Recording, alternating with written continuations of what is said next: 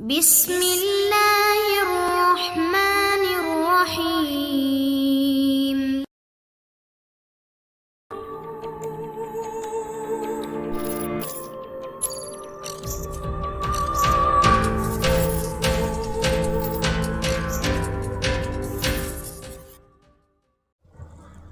अस्सलाम वालेकुम दोस्तों। Imran series novel foul play by Mazhar Kaleem MA। अगर आपने अभी तक हमारे चैनल जासूसी दुनिया को सब्सक्राइब नहीं किया तो सब्सक्राइब करें और बेल आइकन पर क्लिक कीजिए।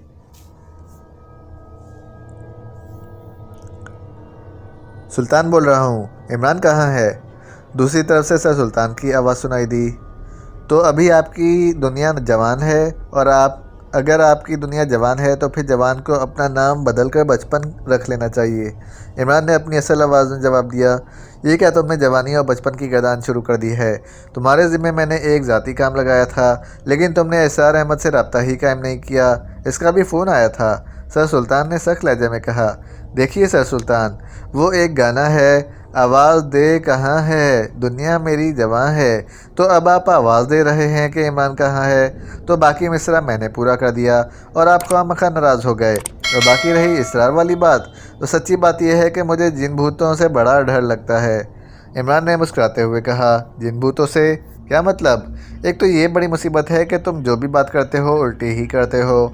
सर सुल्तान ने कहा, आप खुद ही तो इसरार की बात कर रहे हैं, और इसरार वहीं होता है जहाँ जिन भूत हों। दादी अम्मा तो ऐसी ही कहानियाँ सुनाया करती थीं। निकटा जिन जो बच्चों का खून पी जाता है। अब देखिए, जिनको खून पीने के लिए बच्चे ही मिलते हैं जिनमें 2 बोतल खून भी नहीं होता। खून ही पीना था तो किसी हाथी का पीता, कम से कम कुछ पीने को तो मिलता। इमरान की ज़बान चल पड़ी। देखो इमरान, सीधी तरह बात करो, तुम ये काम करते हो या नहीं? नहीं तो मैं इसरार अहमद को जवाब दे देता हूँ। सर सुल्तान का लहजा इस बार न सिर्फ खासा तल्ख था, बल्कि इसमें नाराज़गी का अंसर भी नुमायां तौर पर झलक रहा था। अरे अरे, आप नाराज़ हो गए? अरे ऐसी बात नहीं है, आपका ज़ाती काम तो मेरे लिए सरकारी काम से भी ज़्यादा अहम होता है। इमरान ने फ़ौरन ही लहजा बदलते हुए कहा, और सर सुल्तान इसकी बात पर बेख्तियार हंस पड़े। बस बातें करने आती हैं तुम्हें? सर सुल्तान ने हंसते हुए कहा। जनाब सर सुल्तान साहब, बातें करना ही तो असल फ़न है। आजकल हर कोई बस बातें ही कर रहा है। बहरहाल मैं काम कर रहा हूँ, और चूँकि आप नाराज़ हो रहे हैं इसलिए बता दूँ कि कौमी क्रिकेट टीम के ख़िलाफ़ बैनुल-अक़वामी साजिश हो रही है, और बैनुल-अक़वामी मुजरिमों का एक गिरोह इस कार्रवाई में मुलव्विस है। इसका एक आदमी मैंने पकड़ लिया था, लेकिन उसे वायरलेस बम से उड़ा दिया गया। बहरहाल काम हो रहा है, लेकिन जाहिर है अब मुजरिम हाथ पर हाथ रखकर इसरार अहमद की खिदमत में पेश होने से रहे। कुछ वक्त तो लगेगा, इमरान ने जवाब दिया। ओह, इसका मतलब है कि इसरार अहमद का ख्याल दुरुस्त था। अगर कोई बैनुल-अक़वामी साजिश है तो फिर तो ये तुम्हारे महकमे का सरकारी केस हुआ। सर सुल्तान ने तशवीशज़दा लहजे में कहा। ये ठीक है, यानी आप अब ज़ाती काम वाला एहसान ख़त्म करना चाहते हैं? चलो, जैसे आपकी मर्ज़ी, इमरान ने हंसते हुए कहा, और सर सुल्तान भी जवाब में हंस पड़े। लेकिन इमरान बेटे, कौमी टीम के खिलाड़ियों के नामों का ऐलान करने में 1-2 रोज़ में इसके दौरे पर जाने के लिए आज रात एक आला सतही मीटिंग में फ़ैसला होने वाला है, इसलिए इसरार अहमद परेशान था। अब उसे क्या कहूँ? आप ऐसा करें, इसरार अहमद साहब से कह दें कि अफशार अहमद और अरशद दोनों के नाम टीम में शामिल ना करें। सिर्फ इनके मुतालिक कह दें कि अफशार अहमद अपनी बीवी की बीमारी की वजह से और अरशद चंद घरेलू मसरूफियात की वजह से टीम में शामिल नहीं किए गए। इस तरह मुजरिम मुतमईन हो जाएंगे। जब हम मुजरिमों पर हाथ डाल देंगे तो फिर इनको दोबारा भी तो टीम में शामिल किया जा सकता है। ठीक है, ये तजवीज़ ठीक है, लेकिन इमरान बेटे, इसरार अहमद एक और खदशे का भी इजहार कर रहा था। इसका ख्याल है कि ग्रेटलैंड के दौरे के दौरान भी खिलाड़ियों पर हमले किए जा सकते हैं, इन्हें धमकियां दी जा सकती हैं। इस तरह कौमी टीम पूरी तरह खेल ना पेश कर सकेगी। ये इसरार अहमद साहब को अपना नाम तब्दील करके खदशा साहब रख लेना चाहिए। वैसे एक बात है, क्यों ना इस बार कौमी टीम की बजाय सीक्रेट सर्विस की क्रिकेट टीम को ग्रेटलैंड के दौरे पर भेज दिया जाए। आप कप्तान बन जाएं, ब्लैक ज़ीरो विकेट कीपर होगा और बाकी सब खिलाड़ी। हाँ, अलबत्ता जूलिया वाला मसला है। चलिए, जूलिया को हम रनिंग कमेंट्री पर बिठा देंगे कि मायानाज fast bowler Safdar Saeed ball करने आ रहे हैं, लेकिन ओह, सफदर सईद अचानक बॉल फेंककर एक मुजरिम के ताक़ुब में निकल गए हैं। मुजरिम इन्हें तमाशाइयों की गैलरी में बैठा नज़र आ गया था, वगैरह वगैरह। इमरान की ज़बान चल पड़ी और सर सुल्तान बेख्तियार हंसने लगे। तुम्हारी तजवीज़ तो ठीक है, लेकिन कप्तान तुम खुद होगे। भेजूँ तजवीज़ सदर ममलिकत को? सर सुल्तान ने हंसते हुए कहा। अरे अरे, मुझे अगर कप्तान बना दिया गया तो तनवीर ने विकेटें तोड़ देनी हैं। अलबत्ता सुलेमान कप्तानी के लिए फिट रहेगा। वो चमचा हांडी में इस तरह घुमाता है कि बड़े से बड़ा बैट्समैन भी बैट ना घुमा सकता होगा, इमरान ने कहा, और सर सुल्तान के कहे निकल गए। तो तुम्हारा मतलब है कि इसार अहमद को सिर्फ वहम है, वहाँ ग्रेटलैंड में कोई ख़तरा ना होगा? ग्रेटलैंड तो है ही ग्रेट, जाहिर है वहाँ ख़तरा भी ग्रेट ही होगा। बहरहाल आप उसे तसल्ली दे दें। इस बात का फ़ैसला मुजरिमों के पकड़े जाने के बाद ही हो सकता है कि इनकी जड़ें कहाँ फैली हुई हैं और इनके मकासद जलीला क्या हैं, फिर फ़ैसला भी हो जाएगा, इमरान ने कहा, और सर सुल्तान ने ओके कहते हुए रब्ता ख़त्म कर दिया। इमरान साहब, ये अजीब व गरीब केस बन गया है। कम से कम मैं तो सोचकर ही हैरान होता हूँ कि अब खेल भी मुजरिमों की जद में आने लगे हैं, ब्लैक ज़ीरो ने कहा। भाई, जहाँ लंबी रकम का मसला होगा वहाँ जुर्म भी मौजूद होगा, चाहे वो खेल हो या साइंसी ईजाद, इमरान ने जवाब दिया, और ब्लैक ज़ीरो ने सर हिला दिया। और फिर इससे पहले कि कोई और बात होती, अचानक मेज़ के एक किनारे से तेज़ सीटी की आवाज़ निकली और इमरान और ब्लैक ज़ीरो दोनों ही बेख्तियार उछल पड़े। ब्लैक ज़ीरो ने बिजली की सी तेज़ी से मेज़ के किनारे पर लगा हुआ एक बटन दबाया तो मेज़ का वो किनारा किसी ढक्कन की तरह खुल गया और एक अजीब व गरीब शक्ल का ट्रांसमीटर सा बाहर को उछल कर निकल आया। सीटी की आवाज़ इसमें से निकल रही थी और साथ ही एक सुर्ख रंग का बल्ब तेज़ी से जल बुझ रहा था। इमरान की पेशानी पर शिकने सी उभर आई। ब्लैक ज़ीरो ने जल्दी से इस ट्रांसमीटर के मुख्तलिफ बटन करने शुरू कर दिए। इसकी नज़रें ट्रांसमीटर के डायलों पर जमी हुई थीं। वाह, ये नुमाने की कॉल है, ब्लैक ज़ीरो ने डायलों को घूरते हुए कहा। नुमाने की? ओह, फ़ौरन लोकेशन चेक करो, ये लाजमन कहीं फंस गया होगा, वरना ये रेड कॉल ना देता, इमरान ने तेज़ लहजे में कहा, और ब्लैक ज़ीरो उठकर तेज़ी से अंदरूनी कमरे की तरफ दरवाजे की तरफ भाग पड़ा, जबकि इमरान उठकर ब्लैक ज़ीरो वाली कुर्सी पर आ गया। इसकी नज़रें डायलों पर जमी हुई थीं। सीटी की आवाज़ अब आना बंद हो गई थी, अलबत्ता सुर्ख बल्ब बदस्तूर तेज़ी से जल बुझ रहा था। इमरान साहब, ग्रीनलैंड की कोठी नंबर 36 से रेड कॉल आ रही है। उसी लम्हे ब्लैक ज़ीरो ने दोबारा नमूदार होते हुए तेज़ लहजे में कहा। ग्रीनलैंड की कोठी नंबर 36। ठीक है, तुम जूलिया को फ़ोन करके सब मेंबर्स को वहाँ भेज दो। मैं भी जा रहा हूँ।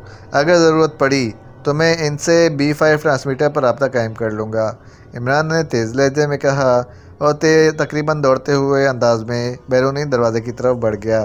चंद लम्हों बाद इसकी कार दौड़ने की बजाय तकरीबन उड़ती हुई ग्रीनलैंड कॉलोनी की तरफ बढ़ी जा रही थी। नुमानी की आंख अचानक खुल गई और वो हैरत से इधर उधर देखने लगा। शायद इसका शऊर पूरी तरह बेदार ना हुआ था और फिर इसके जहन पर धमाके से हुए और उसे सारा पस मंज़र याद आ गया। वो और चौहान कार में बैठे कोठी की निगरानी कर रहे थे कि एक आदमी करीब से गुजरा। इसके मुंह से सिगरेट लगी हुई थी। इसने रुककर इनसे लाइटर तलब किया। नुमानी और चौहान ने उसे बताया कि वो सिगरेट नहीं पीते, तो इस आदमी ने कहा कि कार का सिगरेट लाइटर जला कर दे दें। इसके पास माचिस नहीं है और मार्केट काफ़ी दूर है और इसका नशा टूट रहा है। नुमानी ड्राइविंग सीट पर बैठा हुआ था जबकि चौहान पिछली सीट पर। नुमानी ने मुड़कर कार का लाइटर प्रेस किया ताकि गर्म हो जाए तो उसे निकाल कर दे दे। उसी लम्हे नौजवान ने जेब में रखा हुआ हाथ निकाला और फिर यकलख्त कार के अंदर धुआं सा भर गया और इसके साथ ही नुमानी के जहर पर अंधेरों ने यलगार कर दी और अब इसकी आँख खुली तो वो एक खासे बड़े तहखाने में कुर्सी पर रस्सियों से बंधा हुआ बैठा था, जबकि साथ वाली कुर्सी पर चौहान बंधा हुआ था, लेकिन इसकी गर्दन बदस्तूर ढलकी हुई थी। उसे अभी तक होश न आया था। नुमानी ने अब शऊरी तौर पर इर्द गिर्द का बगौर जायज़ा लेना शुरू कर दिया और इसके साथ ही इसने अपने बाजुओं को रस्सियों की गिरफ्त से आज़ाद कराने की जद्दोजहद शुरू कर दी, लेकिन रस्सियाँ ऐसी तकनीक और महारत से बंधी गई थीं कि बावजूद कोशिश के वो मामूली सी भी ढीली ना हुई। अभी नुमानी इसी कोशिश में मसरूफ़ था कि सामने दीवार में मौजूद बंद दरवाज़ा खुला और एक गैर मुल्की नौजवान मर्द और औरत अंदर दाखिल हुए। गैर मुल्की मर्द तेज़ तेज़ कदम उठाता नुमानी के सामने आकर रुक गया। तो तुम्हारा ताल्लुक़ स्पेशल एजेंसी से है? Special agency? क्या मतलब? नुमानी ने हैरत जाहिर करते हुए कहा, लेकिन दूसरे लम्हे तहखाना ज़ोरदार थप्पड़ की आवाज़ से गूंज उठा। गैर मुल्की ने अचानक और इंतहाई क़ुव्वत से नुमानी के बाएं गाल पर थप्पड़ रसीद कर दिया था। ये थप्पड़ इस कदर भरपूर था कि नुमानी का सर एक झटके से दाएं तरफ को मुड़ गया। उसे यूँ महसूस हुआ कि जैसे इसके पूरे जिस्म में सुर्ख मिर्चें भर गई हों। गाल के अंदरूनी जेल शायद फट गई थी, क्योंकि नुमानी के ज़बान पर खून का जायका उभर आया था। बकवास करते हो? रिचर्ड के सामने, जिसका नाम सुनते ही लोगों की रूहें इनका जिस्म छोड़ जाती हैं, गैर मुल्की ने इंतहाई गुस्सीले अंदाज में चीखते हुए कहा। तुम्हें कोई गलत फहमी हुई है। हमारा किसी स्पेशल एजेंसी से कोई ताल्लुक नहीं। हम तो सीधे साधे लोग हैं।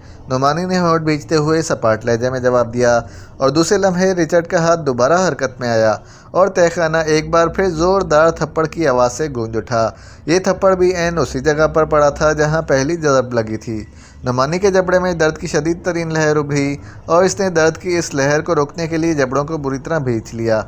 इसके जबड़े भींचे ही यकलख्त एक सुई सी इसकी एक दाढ़ में चुभी, और नुमानी ने बेख्तियार जबड़े ढीले कर दिए, और इसके जहन में धमाका सा हुआ। उसे याद आ गया कि एक्सो ने कुछ दिन पहले तमाम मेंबर्स की दाढ़ियों में एक नया वार्निंग सिस्टम सेट कराया था। इसे एक्सो ने रेड कॉल कहा था।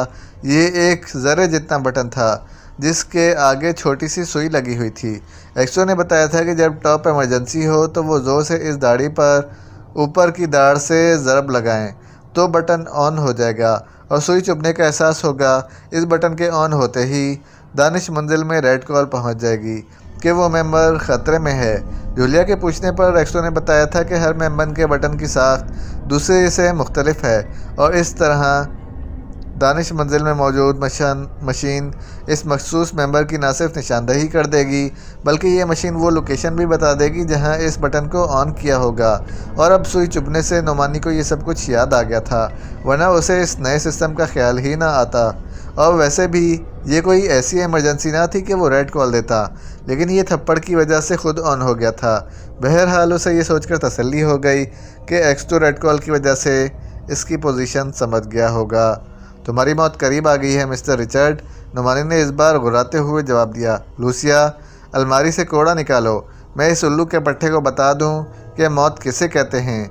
रिचर्ड ने पैर पटकते हुए कहा, और उसके पीछे खड़ी हुई गैर मुल्की लड़की तेज़ी से एक दीवार की तरफ बढ़ गई जिसमें एक बड़ी सी अलमारी नस्ब थी। तुम इस कोड़े का रोब डालने की बजाय सीधी तरह बात करो, तुम पूछना क्या चाहते हो? नुमानी ने होंठ भींचते हुए पूछा। अब चूँकि रेड कॉल खुद ब खुद हो चुकी थी, इसलिए वो अब ज़्यादा से ज़्यादा वक्त हासिल करना चाहता था। उसी लम्हे चौहान की कराह भी सुनाई दी। वो भी होश में आ गया था और अब आंखें फाड़े हैरत से माहौल का जायज़ा ले रहा था। मैं पूछता हूँ, तुमसे ज़रूर पूछता हूँ, और देखता हूँ तुम कैसे नहीं बताते। तुमने मुझे समझ क्या रखा है? तुम जैसे स्पेशल एजेंटों के लिए तो मुझसे बड़ा जल्लाद भी पैदा नहीं हुआ, रिचर्ड ने गुर्राते हुए जवाब दिया। नुमानी इसके चेहरे के तासुरात और आंखों से निकलने वाले आसार से ही इसकी टाइप समझ गया कि यह शख्स इंतहाई एहसास बरतरी का शिकार है, और ऐसे एहसासात के मालिक लोग इंतहाई संगदिल, शफ़ाक और अजियत पसंद होते हैं। ऐसे आदमियों को वाकई ज़रा सा मौका मिल जाए तो ये अपने मुखालिफ की खाल उधेड़ देने से भी दरेग नहीं करते। इसलिए अब नुमानी ने हरकत में आ जाने का फ़ैसला कर लिया। इसकी टांगें रस्सियों की बंदिशों से आज़ाद थीं, वो इन्हें अपनी मर्ज़ी से हरकत में ला सकता था। उसी लम्हे लूसिया ने एक खौफनाक सा कोड़ा लाकर रिचर्ड के हाथों में दे दिया। हाँ, अब बताओ तुम क्या कह रहे थे? रिचर्ड ने कोड़े को हवा में पटकते हुए कहा। वो एक कदम और नुमानी की तरफ बढ़ाया था। तुम क्या पूछना चाहते हो? नुमानी ने कहा, और अब इसका फिक्र मुकम्मल ना हुआ था कि रिचर्ड का हाथ बिजली की सी तेज़ी से लहराया, और शराब की खौफनाक आवाज़ के साथ ही कोड़ा पूरी कुव्वत से नुमानी के जिस्म से टकराया। नुमानी के हलक से बेख्तियार सिसकी निकल गई। कोड़े ने इसकी खाल फाड़ दी थी। ये ज़रब इस कदर खौफनाक थी कि अगर वो तरबियत याफ्ता एजेंट ना होता तो यकीनन चीखों से पूरा तहखाना सर पर उठा लेता। ये मेरी अब आखिरी वार्निंग है, समझे? अब जो कुछ मैं पूछूं इसका सच सच जवाब देना। कोड़ा लगने से गो नुमानी के जिस्म में दर्द की तेज़ तरीन लहर दौड़ गई थी, लेकिन कम अज़ कम इससे ये फ़ायदा ज़रूर हुआ था कि नुमानी को ये अंदाज़ा हो गया था कि कुर्सी के पाए फर्श में गड़े हुए नहीं हैं, क्योंकि कोड़ा लगने से जब नुमानी के जिस्म ने झकोला खाया था तो कुर्सी बुरी तरह डोल गई थी। सुनो रिचर्ड, कोड़ों से तुम मुझसे कुछ नहीं पूछ सकते। सीधी तरह करीब आकर पूछ लो, जो तुम पूछोगे मैं बता दूंगा। करीब आकर क्यों? तुम डॉज करना चाहते हो? ओहो, मैं रस्सी से बंधा हुआ हूँ, कोड़ा तुम्हारे हाथ में है, फिर भी तुम कह रहे हो कि मैं डॉज दूंगा। दरअसल मैं कुछ ऊँचा सुनता हूँ, इसलिए हो सकता है मैं तुम्हारी बात पूरी तरह ना सुन सकूं और गलत जवाब दे दूं और तुम समझो कि मैं जानबूझकर तुम्हें तंग कर रहा हूं। नुमानी ने सर हिलाते हुए कहा, मैं रिचर्ड ब्रॉडवे गैंग की नाक से तुमसे डरूंगा, तुम जैसे मच्छरों से। हाँ, रिचर्ड ने फुंकारते हुए कहा और तेज़ी से आगे बढ़कर नुमानी के बिल्कुल करीब आकर रुक गया। हाँ, अब पूछो क्या पूछना चाहते हो, नुमानी ने सर हिलाते हुए कहा और इसके साथ ही यकलख्त बिजली किसी तेज़ी से इसकी दोनों टांगें फैली और फिर इंतहाई तेज़ रफ्तारी से सिमट गई। इस तरह इसने बिल्कुल करीब और सामने खड़े हुए रिचर्ड की पंडलियों पर ज़ोरदार ज़रब लगाई और रिचर्ड बुरी तरह चीखता हुआ मुंह के बल लड़खड़ा कर नुमानी के ऊपर आ गिरा और फिर नुमानी इसका धक्का लगने से करी कुर्सी समेत नीचे फर्श पर जा गिरा। अब सूरत हाल ये थी कि नीचे कुर्सी थी, ऊपर नुमानी और इसके ऊपर रिचर्ड गिरा हुआ था। नीचे गिरते ही नुमानी ने दोनों टांगों से रिचर्ड का निचला धड़ जकड़ लिया और साथ ही पूरी कुव्वत से सर को आगे की तरफ करके इसने रिचर्ड की नाक पर टक्कर जड़ दी और रिचर्ड के हलक से ज़ोरदार चीख निकल गई। इसने उछलकर उठना चाहा, लेकिन उसी लम्हे साथ मौजूद चौहान की कुर्सी ने साइड में झकोला खाया और चौहान कुर्सी समेत रिचर्ड की पुश्त पर आ गिरा। अब चौहान रिचर्ड के ऊपर था और इसकी पुश्त पर कुर्सी की पुश्त थी।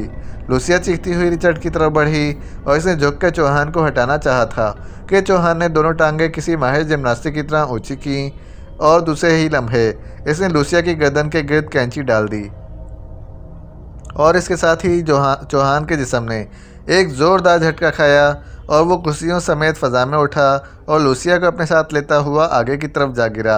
लूसिया के हलक से खौफनाक चीखें निकलने लगीं क्योंकि चौहान जिस अंदाज में गिरा था इससे लूसिया की कमर दोहरी हो गई थी और चौहान अब कुर्सी समेत तेज़ी से करवटें बदलता जा रहा था।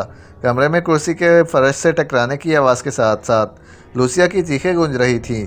लूसिया की गर्दन में चौहान ने कैंची डाली हुई थी, इसलिए लूसिया भी साथ साथ करवटें बदलती जा रही थी और इधर नुमानी की टक्कर खाकर रिचर्ड संभला भी ना था कि चौहान कुर्सी समेत इसकी पुश्त पर आ गिरा था।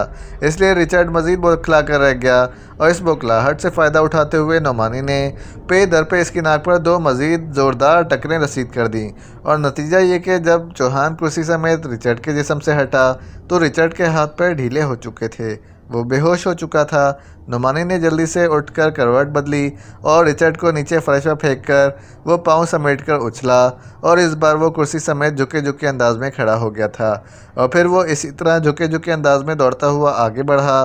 दूसरे लम्हे इसने उछलकर दोनों पैर लूसिया की पुश्त पर पूरी कुव्वत से मारे क्योंकि इस वक्त लूसिया चौहान के दाव में फंसी करवट बदल रही थी। लूसिया के हलक से ज़ोरदार चीख निकली और इसके साथ ही इसका जिस्म एक लम्हे के लिए पानी से निकली हुई मछली की तरह तड़पा और फिर यकलख्त ढीला पड़ गया। चौहान ने इसका जिस्म ढीला पड़ते हुए महसूस किया तो इसने कैंची खोली और फिर वो भी पाँव समेटकर नुमानी के से अंदाज में खड़ा हो गया। अब वो दोनों कुर्सियों समेत एक दूसरे के सामने खड़े हाँप रहे थे और रिचर्ड और लूसिया दोनों फर्श पर बेहोश पड़े हुए थे। अपनी कुर्सी की पुश्त मेरी कुर्सी की पुश्त के साथ करके बैठ जाओ चौहान, मैं हाथों से टटोल कर तुम्हारी रस्सी की गराह खोलता हूँ, नुमानी ने कहा और चौहान सर हिलाता हुआ घूम कर नुमानी की पुश्त पर आ गया। दूसरे लम्हे दोनों बैठ गए। अब दोनों की पुश्त एक दूसरे की तरफ थी। नुमानी की चूँकि कलाइयाँ बंधी हुई थीं इसलिए वो दोनों हाथों को आसानी से दाएं बाएं हरकत भी दे सकता था और इसकी उंगलियां भी पूरी तरह हरकत कर सकती थीं। इसलिए इसने चौहान से पुश्त मिलाने को कहा था और वाकई हुआ भी ऐसा ही। चंद लम्हों में नुमानी ने उंगलियों से टटोल टटोल कर रस्सी की गिरह खोल दी और चौहान ने बिजली किसी तेज़ी से रस्सियाँ हटाईं और उठकर खड़ा हो गया। इसने अपनी कुर्सी एक तरफ धकेली और फिर तेज़ी से नुमानी की कुर्सी की पुश्त पर झुककर इसकी रस्सियाँ खोलने लगा।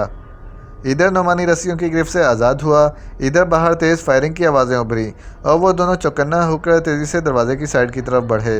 चंद लम्हों तक बाहर फायरिंग की आवाज़ें आती रहीं और फिर खामोशी तारी हो गई। उसी लम्हे तेज़ तेज़ कदमों की आवाज़ें तह खाने के दरवाजे की तरफ बढ़ती सुनाई दी। वो दोनों दरवाजे की साइडों पर बड़े चौकन्ने अंदाज में खड़े थे। चूँकि इनकी जेबों से तमाम हथियार पहले ही निकाल लिए गए थे इसलिए वो दोनों खाली हाथ थे। उसी लम्हे दरवाज़ा एक ज़ोरदार धमाके से खुला और एक साया सा अंदर दाखिल हुआ ही था कि दोनों बैक वक्त उछलकर इस पर झपटे, लेकिन दूसरे लम्हे वो दोनों ही बुरी तरह चीखते हुए फ़ज़ा में कलाबाजी खाकर पुश्त के बल एक ज़ोरदार धमाके से फर्श पर जा गिरे। आने वाले ने वाकई इंतहाई महारत से इन दोनों के अचानक हमले को न सिर्फ रोका था बल्कि इन दोनों को यूं फ़ज़ा में उछाल दिया था जैसे वो गोश्त पोस्ट के इंसान की बजाय कोई हकीर तिनके हों। इन दोनों की पुसलियों में ज़ोरदार ज़रबें लगी थीं, जिसकी वजह से वो उछले भी थे और फिर कलाबाजी खाकर पुश्त के बल फर्श पर भी जा गिरे थे। ये ज़रबें इस कदर ज़ोरदार और शदीद थीं कि बेख्तियार इनके हलक से चीखें निकल गई थीं। अरे, तुम तो देसी लहजे में चीख रहे हो। अचानक इमरान की आवाज़ इन दोनों के कानों में पड़ी और वो दोनों अपनी चोट भूलकर इतनी तेज़ी से उठकर खड़े हुए जैसे इनके जिस्म में हड्डियों की बजाय स्प्रिंग फिट हों। ओह इमरान साहब, आप!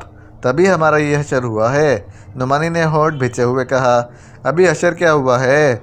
अगर मुझे ज़रब लगाते वक्त ये एहसास ना हो जाता कि पसलियाँ देसी हैं, विलायती नहीं, तो तुम अब तक लफ्ज़ हशर के बजाय हिज्जे ही भूल चुके होते। इमरान ने रिचर्ड की तरफ बढ़ते हुए मुस्कुराकर कहा। इसकी नज़रें रिचर्ड के चेहरे पर जमी हुई थीं। ओह, ये तो रिचर्ड है। अरे बाप रे, शुक्र है ये बेहोश है, वरना अभी तक मेरा गिरबान पकड़ लेता कि निकालो 1 लाख रुपए। इमरान ने खौफजदा से लहजे में 2 कदम पीछे हटते हुए कहा। उसी लम्हे बाहर राहदारी में दौड़ते हुए कदमों की आवाज़ सुनाई दी और फिर कैप्टन शकील और सफदर इस 3 गने हाथ में उठाए दरवाजे में दमदार हुए। लेकिन यहाँ नुमानी और चौहान को ठीक ठाक देखकर वो रुक गए। सफदर, और कोई आदमी तो यहाँ मौजूद नहीं है? नहीं, हमने पूरी तरह तसल्ली कर ली है। 4 आदमी थे और चारों ही आपकी गोलियों का सामना कर चुके हैं। नुमानी और चौहान तो ठीक खड़े हैं, जबकि बॉस ने तो बताया था कि नुमानी की तरफ से रेड कॉल आई है। वो रेड कॉल तो खुद ब खुद हो गई थी। इस रिचर्ड ने मेरे जबड़े पर ज़ोरदार थप्पड़ मारा तो जबड़े भिंच गए और रेड कॉल हो गई। नुमानी ने कदरे शर्मिंदा लहजे में कहा।